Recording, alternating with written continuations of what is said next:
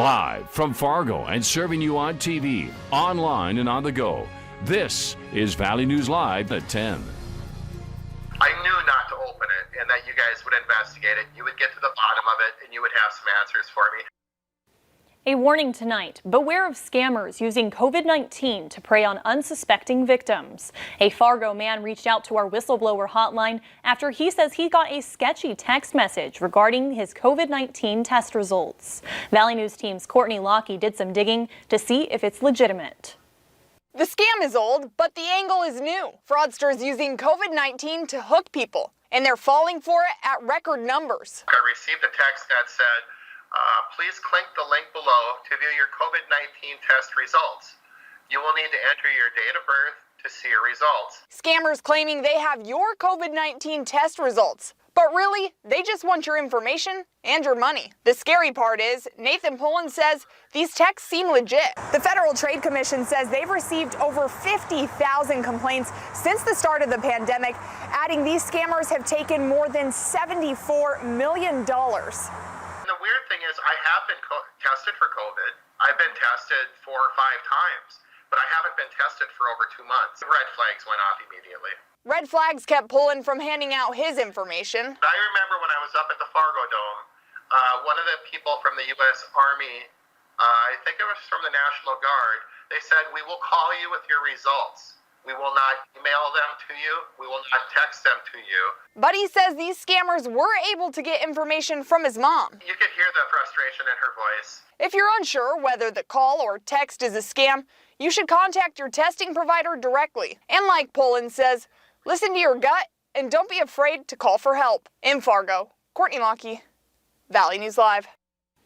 Something to keep in mind, this is just one of several COVID-19 related scams out there. Keep your eyes open and you can report potential scams to the FTC. This story came to us through our whistleblower hotline. If you need help uncovering fraud and corruption in your community, call our whistleblower hotline at 701-237-6576 and leave your tip.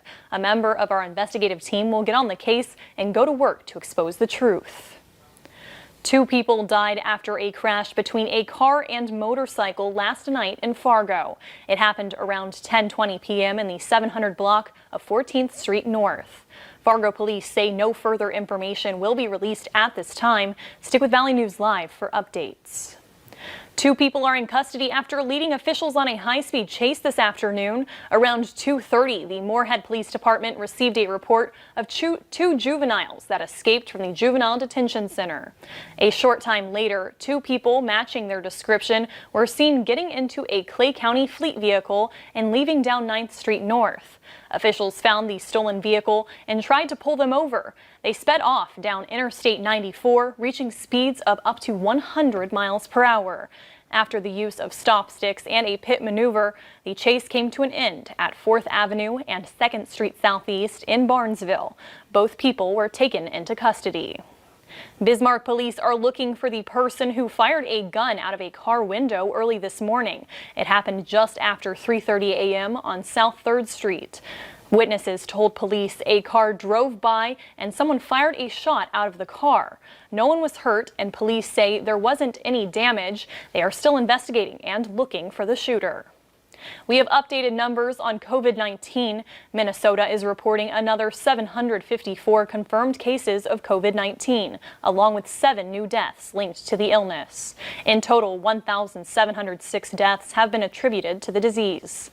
In North Dakota, there are 143 new cases. 4 new deaths are also being reported. The death toll sits at 125. A protester was arrested after kicking a biker during the annual Sturgis motorcycle rally. The Sturgis police chief says a small group of protesters was gathered on Sturgis's main street yesterday when one of the demonstrators kicked the motorcycle as it passed by.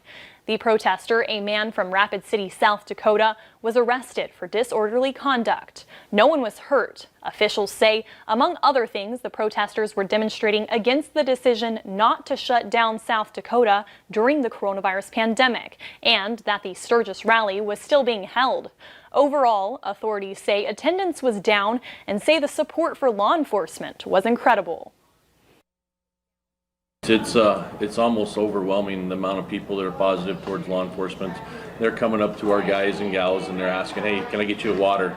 Hey, do you need a snack? Hey, can I buy that meal you're eating? They're very thankful for the work we're doing, and they're very thankful for us in general.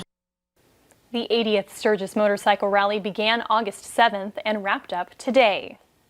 If you've noticed your favorite alcoholic beverage missing from shelves, some liquor stores say there's a reason for that. They say customers have been questioning where their favorite beers have gone. Managers at Stage Stop Liquors say they're out of 40% of their most popular canned drinks due to supply issues and an aluminum shortage.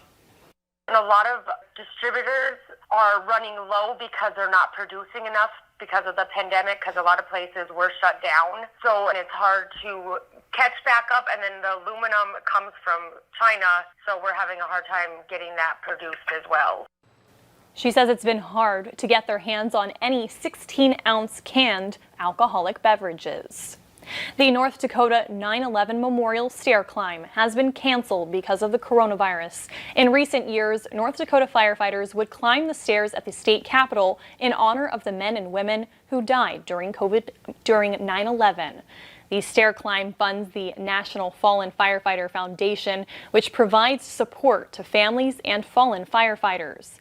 The organization is working to set up a page where people can still donate to support the foundation. You can find more information on their Facebook page, North Dakota 9/11 Stair Climb.